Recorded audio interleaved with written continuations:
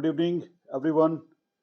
This is Gaurav Singh Pawar, Junior Sales Manager from Tabul Batteries, motivational speaker and leadership consultant. आज की जो video है, इस video का जो मेन टॉपिक है वो है लीडर को किस तरीके का होना चाहिए या आपकी जो लीडरशिप है वो किस तरीके की होनी चाहिए। बेसिकली जिस तरीके से आप सब लोग मेरा वीडियोस देखते रहते हैं, इस वीडियोस के अंदर मैं अपनी जॉब से रिलेटेड चीज़ें भी शेयर करता रहता हूं। तो बेसिकली आज मैं जो टॉपिक लेके आया हूं वो लेके आया हूं लीडरशिप कैसी होनी चाहिए, लीडर्स कैसा होना चाहिए, इसके बारे में एक डिटेल्स में मैं थोड़ी सी वीडियो में आपको बताता हूं। बेसिकली क्या है कि जो लीडरशिप है ये बड़ी इंपॉर्टेंट है। अगर आपकी लीडरशिप ठीक नहीं है तो डेफिनेटली जो पीछे आपकी टीम काम कर रही है वो काम तो कर रही है लेकिन एक सही डायरेक्शन में काम नहीं कर रही है। देखो, आपको ये समझना बहुत ज़रूरी है कि आपकी टीम में अच्छे बंदे भी हैं, बुरे बंदे भी हैं और कुछ ऐसे बंदे भी हैं जिनसे आपको कोई बेनिफिट्स निकल के नहीं आ रहा। देखिए, एक अच्छे लीडर की पहचान तो ये होती है कि बेसिकली वो अपने टीम्स के हर एक पर्सन्स की एक्टिविटीज वर्किंग के बारे में अच्छी तरीके से जानकारी रखता है। जैसा भी मैंने आपको बताया कि ये जो वीडियो है आज की वो है लीडर किस तरीके का होना चाहिए। तो मैं आपको फिर गाइड कर देता हूं कि जो सेल्स में या किसी भी जगह जो मैनेज करने का काम कर रहा है, जो आपको सिखाने का काम कर रहा है, जो आपको गाइड कर रहा है, वो लीडर कैसा होना चाहिए। देखिए, उसके ऊपर सारी चीज टिकी हुई है। मैं छोटा सा एग्जाम्पल देता हूं। जिस तरीके की लीडर्स की एक्टिविटीज होगी उसकी टीम उसकी तरह ही बन जाएगी। ये फिर से सुनिएगा, जिस लीडर की एक्टिविटी जिस तरीके की होगी उसकी टीम उसी तरीके से काम करना चालू कर देगी। अब इसको आप समझिए, मैंने जो अभी बात बोली है इसको मैं डिटेल से समझाता हूं, फिर इसके फायदे और नुकसान समझाता हूं।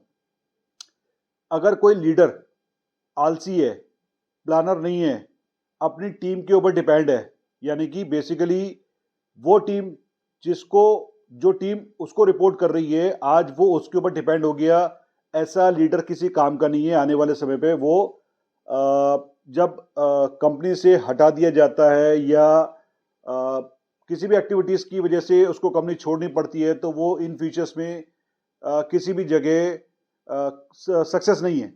तो बेसिकली आप जितने अच्छे होंगे, जितनी वर्किंग आपकी अच्छी होगी उसी तरीके से आपकी टीम काम करेगी। एग्जाम्पल मैं बताता हूं। अब देखिए, मेरी एक हैबिट है, जैसे मैं और मेरी टीम्स की मैं अपनी हैबिट बता देता हूं। मेरी टीम के साथ में मैं खुद फील्ड्स में जा जाके काम करता हूं। बेसिकली अगर मैंने अपनी टीम्स को कोई एरिया डिसाइड करके दिए हुए हैं जिसमें वो खुद काम कर रहा है और उसके साथ में मैं काम कर रहा हूं, तो डेफिनेटली ये हमारी एक ट्यूनिंग है, एक बेटर लीडरशिप की मेरी पहचान है। देखिए, खाली मैं अपनी टीम के लड़कों के ऊपर प्रेशर ही प्रेशर करते रहूं और खुद उसकी किसी भी तरीके से हेल्प ना करूं, जाके गाइडेंस उसके एरिया में जाके या उसको कोई गाइडेंस देके या उसको कोई समझा के, तो ये मेरी सबसे बड़ी बेवकूफ़ी होगी। ये मैं लीडरशिप नहीं कर रहा, मैं बॉसगिरी दिखा रहा हूँ। अगर मैं सिर्फ बंदों से यही बोलूँ कि तुम्हें ऐसा करना है, वैसा करना है, ये करना है, वो करना है, तो ये हो गई आपकी बॉसगिरी। ये बॉस नहीं चाहिए, लीडरशिप चाहिए। लीडर्स वो है जो अपनी पूरी टीम को अपने साथ में लेके चलता है।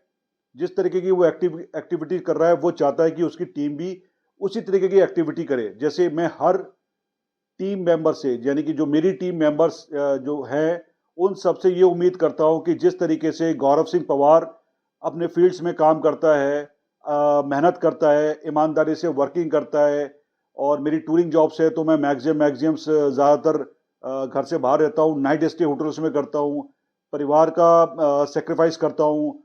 तो बहुत सारी चीज़ों को लेकर जब मैं कंप्रोमाइज़ करता हूँ तो मुझे मेरी टीम से भी ये उम्मीद रहती है कि वो भी हार्ड वर्किंग करें। जब आपने इस प्रोफेशन को चुना है तो इसके नेगेटिव और पॉजिटिव दोनों ही चीज़ें आपको एक्सेप्ट करनी पड़ेगी। देखिए, सेल्स लाइन में, फील्ड्स लाइन में सबसे बड़ा पॉजिटिव पॉइंट्स क्या होता है, आप उस जिस फील्ड्स में भी काम कर रहे हैं, अगर वहाँ के भी कोई आपके काम निकल के आ गए तो डेफ़िनेटली आप अपने काम के साथ में वो काम निपटा सकते हैं। आपसे कोई ऑफ़िस काम नहीं है। ऑफ़िस के काम में आपको सुबह 10 बजे अगर आप ऑफ़िस के अंदर घुस गए, तो आपको अपने बॉस से परमिशन लेनी पड़ेगी। अगर घर का कोई काम है या कहीं जाना है, किसी भी तरीके की कोई परमिशन लेनी पड़ेगी। देखिए फ़ील्ड्स में बड़ा अच्छा सिस्टम है। सेल्स में हम तो फ़ील्ड्स में काम कर रहे हैं। अब मुझे कोई कुछ काम है, घर का कुछ काम है या मेरी टीम को कहीं जाना है।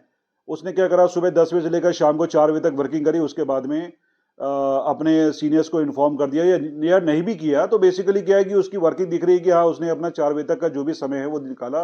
बाकी अपने कुछ ऐसे काम थे जो उसके बहुत ज़्यादा ज़रूरी थे या उसे किसी फैमिली फंक्शंस में जाना था या किसी ऐसी एक्टिविटीज़ में जाना था, जिसमें जाना बहुत ज़रूरी है, तो उसने वो समय निकाल लिया। लेकिन ऑफ़िस टाइम में जो ऑफ़िस वाली जॉब होती है, उसमें ये करना बहुत मुश्किल हो जाता है। तो सबसे पहले ये फ़ील्ड का पॉज़िटिव पॉइंट्स है कि आप अपने फ़ील्ड्स के काम के साथ-साथ अपने जो और काम है वो भी निपटा सकते हैं। ये एक फ़ील्ड्स का प्लस पॉइंट है। नेगेटिव पॉइंट्स सिर्फ़ ये है कि अगर आप इसमें अनदेखी करेंगे, अपने आप को आलसी बनाएँगे, लापरवाह बनाएँगे, दूसरों के ऊपर डिपेंड हो जाएँगे, ये आपके लिए सबसे खतरनाक पोज़ीशन है।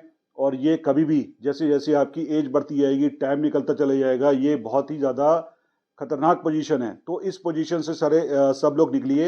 मेरी हर हर लीडर से या जो टीम जिसके साथ में काम कर रही है, उससे सिर्फ़ मेरा एक ही अनुरोध है, रिक्वेस्ट है कि आप अपनी टीम को मोटिवेट कीजिए, हार्ड वर्किंग के साथ में जिस तरीके से आप करते हैं, उनको सिखाइए। अगर वो कर रहे हैं, तो आप भी उस तरीके से वर्किंग कीजिए। अब मैं अपनी टीम्स के बारे में या अपनी वर्किंग के बारे में थोड़ा ब्रीफ करता हूँ। जैसे मेरी हैबिट है, मैं वेस्टर्न यूपी, उत्तराखंड और आपके मध्य प्रदेश 3 स्टेट देखता हूँ। अगर मुझे अपने घर से, होम टाउन से 100 किलोमीटर या 200 किलोमीटर या 300 किलोमीटर भी दूर जाना हो, तो मार्केट खुलने का समय होता है 11 बजे तक। आज तक का रिकॉर्ड है मेरा, मैक्सिमम अगर मैं 300 किलोमीटर भी दूर जा रहा हूँ अपने होम टाउन से, तो मेरा सारा प्लान्स ये होता है कि मैं वर्किंग 11 बजे से पहले-पहले वहाँ पे पहुँच जाऊँ। ये मैं करता हूँ। तो बेसिकली मेरी एक हैबिट बनी हुई है कि अगर मुझे कहीं बाहर जाना है, मैं फिर से बोल रहा हूँ बाहर जाना है, जहाँ पे दूरी 200-250 किलोमीटर पड़ रही है, तब भी मुझे 11 बजे मार्केट पहुँचना है, तो मैं प्लान उसी तरीके से करता हूँ और उसी तरीके से घर से निकलता हूँ। अगर मैं लोकल में भी काम कर रहा हूँ, यानी कि लोकल जहाँ मेरा होम टाउन है, 11 बजे मार्केट खुलने का समय है, तब भी मेरी एक हैबिट है कि बेसिकली मैं अपने जितने भी सुबह के काम हैं, वो टाइम से निपटाता हूँ। चाहे मुझे टूर पे जाना हो या नहीं जाना हो।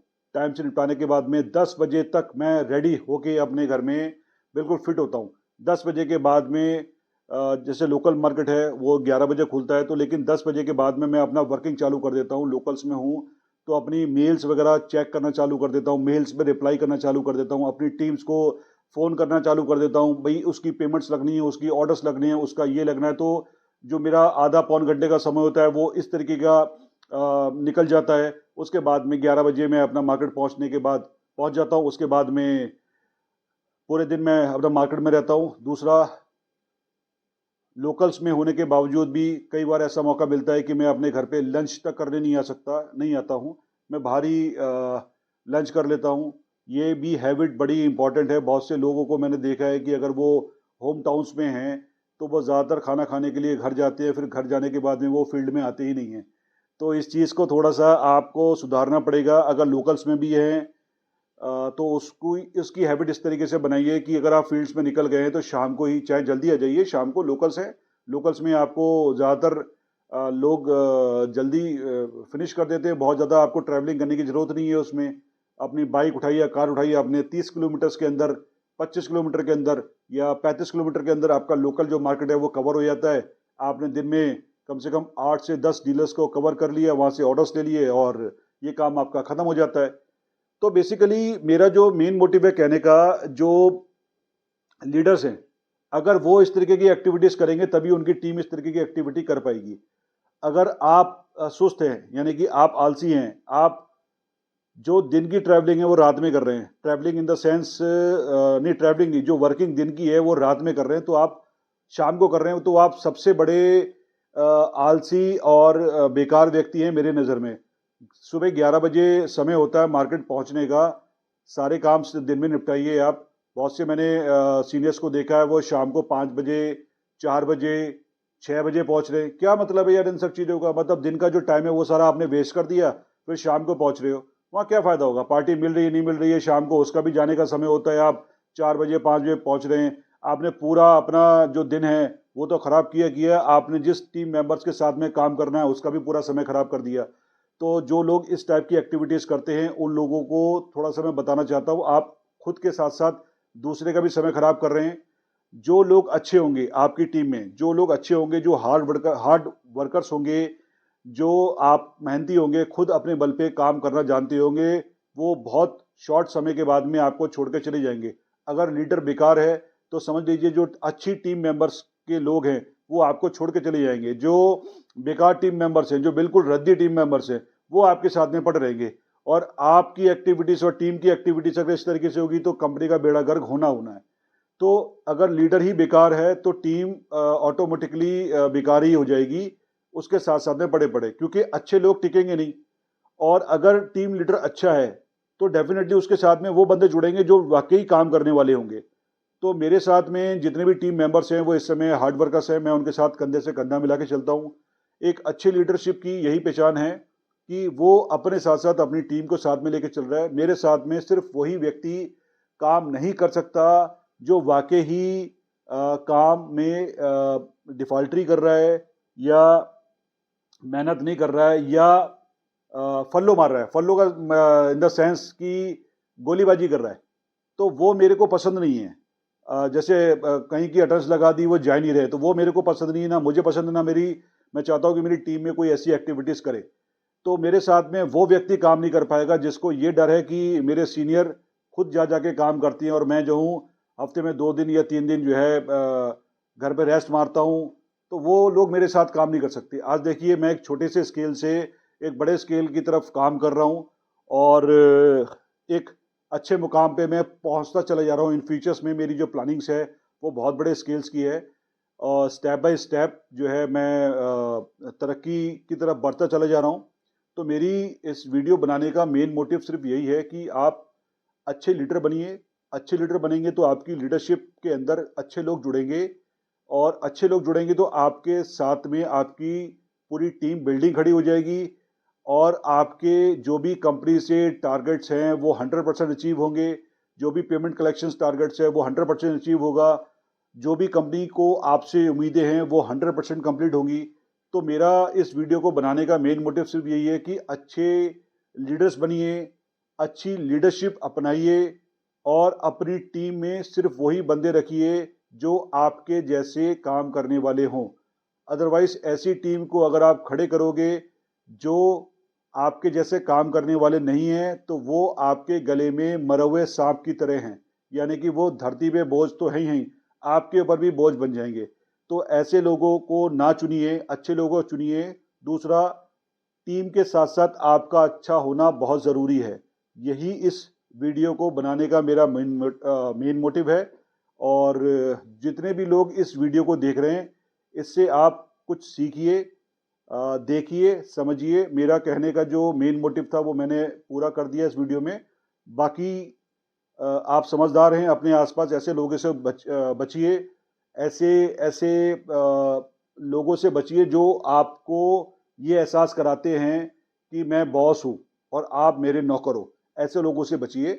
बाकी मेहनत करिए, ईमानदारी से जो व्यक्ति मेहनत करेगा, आज भी इतिहास गवाह है कि जिसने ईमानदारी से मेहनत करी है और मेहनत से भी ज़्यादा मेहनत करी है। अगर मेरे को टाइम मिल रहा है 8 घंटे का काम करने के लिए, अगर मैं 8 घंटे की जगह 15 घंटे काम करूँगा, डेफ़िनेटली फिर मेरे को और बहुत सारी ऊँचाइयों को छूने का मौका मिलेगा। ऐसा नहीं कि मैं अपनी सिर्फ़ 8 घंटे की ड्यूटी करके उसको 6 घंटे में फ़िनिश करके घर पे सो जाऊँ, ऐसा नहीं होना चाहिए। अगर आपको 8 घंटे का समय मिला है वर्किंग करने के लिए तो 8 की जगह 12 घंटे कीजिए। अगर आपको तनख्वाह 20,000 मिलती है, तो कम से कम आप 20,000 जो कमा रहे हैं, आप 20,000 के साथ-साथ 50,000 रुपए वाला काम कीजिए, तभी तो आप 1 लाख रुपए तक पहुँचेंगे। आप काम 20,000 रुपए तनख्वाह वाला ही करेंगे या उससे नीचे वाला करेंगे, तो आपकी ग्रोथ बहुत थोड़ी-थोड़ी करके बढ़ेगी। तो बेसिकली मेरा जो मेन मोटिव है, वो यही है कि हार्ड वर्कर्स बनिए, ईमानदारी से मेहनत करिए, आगे जाने का रास्ता सिर्फ हार्ड वर्किंग है, मेहनत है, ईमानदारी है। अपनी विल पावर को स्ट्रॉन्ग करके चलिए, सही कमिटमेंट कीजिए। मार्केट के अंदर कोई भी ऐसा झूठा कमिटमेंट मत कीजिए जिसकी वजह से आपको मार्केट नकार दे। अपनी टीम के साथ में अपनी गुडविल बना के रखिए। टीम को अपना टीम मेंबर समझ के चलिए, ना कि आप उनको नौकर समझ के चलिए। कंपनी ने आपको जिम्मेदारी दी है, कम से कम उस जिम्मेदारी को निभाइए और कंपनी को एक अच्छे मुकाम तक पहुंचाने के लिए आपका महत्वपूर्ण योगदान कंपनी को चाहिए होता है, उस पे खरे उतरिए। बस इस वीडियो में मैं यही सब बताना चाहता हूँ। बाकी मिलता रहूँगा नेक्स्ट वीडियो के साथ में। धन्यवाद।